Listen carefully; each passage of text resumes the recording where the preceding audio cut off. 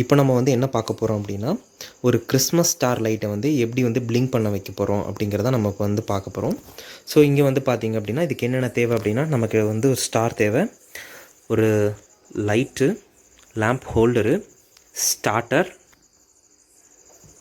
Wire கொஞ்சம், and then ஒரு socket வந்து வேணும்.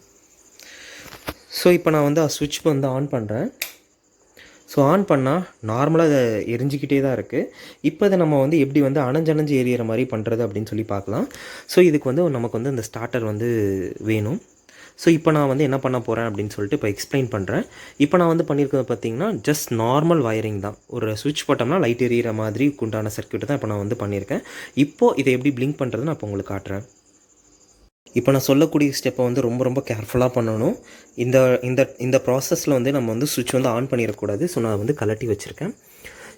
ஸோ இந்த லேம்ப் கிட்ட வந்து பார்த்திங்க அப்படின்னா இந்த மாதிரி 2 ஒயர் வந்து வரும் இல்லையா, அதில் நம்ம வந்து என்ன பண்ணணும் அப்படின்னா ஒரு ஒயரை வந்து கட் பண்ணிடணும்.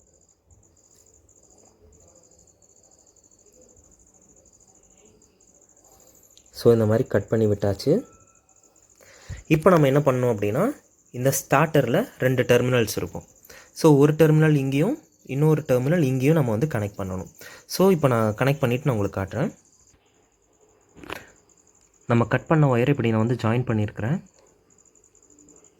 ஸோ இந்த மாதிரி நான் வந்து ஜாயின் பண்ணியிருக்கிறேன். ஸோ மறந்துடாதீங்க, நீங்கள் வந்து சுவிட்ச் எல்லாமே ஆஃபில் தான் வச்சு இந்த எல்லா வேலையும் செய்யணும். ஸோ பெட்டர் நீங்கள் வந்து அன்ப்ளக் பண்ணி வைக்கிறது தான் பெஸ்ட்டு. ஸோ இப்போ நான் என்ன பண்ண போகிறேன் அப்படின்னா ப்ளக் பண்ண போகிறேன். ஸோ இப்போ ப்ளக் பண்ணலாம். சுவிட்ச் ஆன் பண்ணுறேன். ஸோ உங்களுக்கு இப்போ தெரியுது, லைட்ஸ் வந்து ஃப்ளிக் ஆகுது. ஸோ ரொம்ப சிம்பிளான மெத்தடு இது, ஈஸியாகவும் இருக்கும். ஸோ குழந்தைங்க இதை வந்து கண்டிப்பாக பேரண்ட்ஸு இல்லைனா பெரியவங்களோட கைடன்ஸ் இல்லாமல் இதை செய்யவே கூடாது.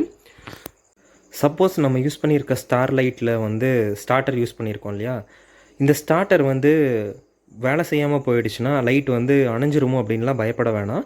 ஸோ என்ன நடக்கும் அப்படின்னா, இன்கேஸ் ஸ்டார்டர் வந்து ஃபெயில் ஆகிடுச்சு அப்படின்னா லைட்டு வந்து ஸ்டாண்டர்டாக நார்மல் லைட் மாதிரி எரிஞ்சிட்டே இருக்கும். இந்த மாதிரி ஃப்ளிக் ஆகாது, பிளிங்க் ஆகாது. ஸோ நம்ம இதை வந்து ஒரு 2 to 3 மினிட்ஸில் நம்ம வீட்டில் வந்து ஈஸியாக செய்யக்கூடிய ஒரு மெத்தடு.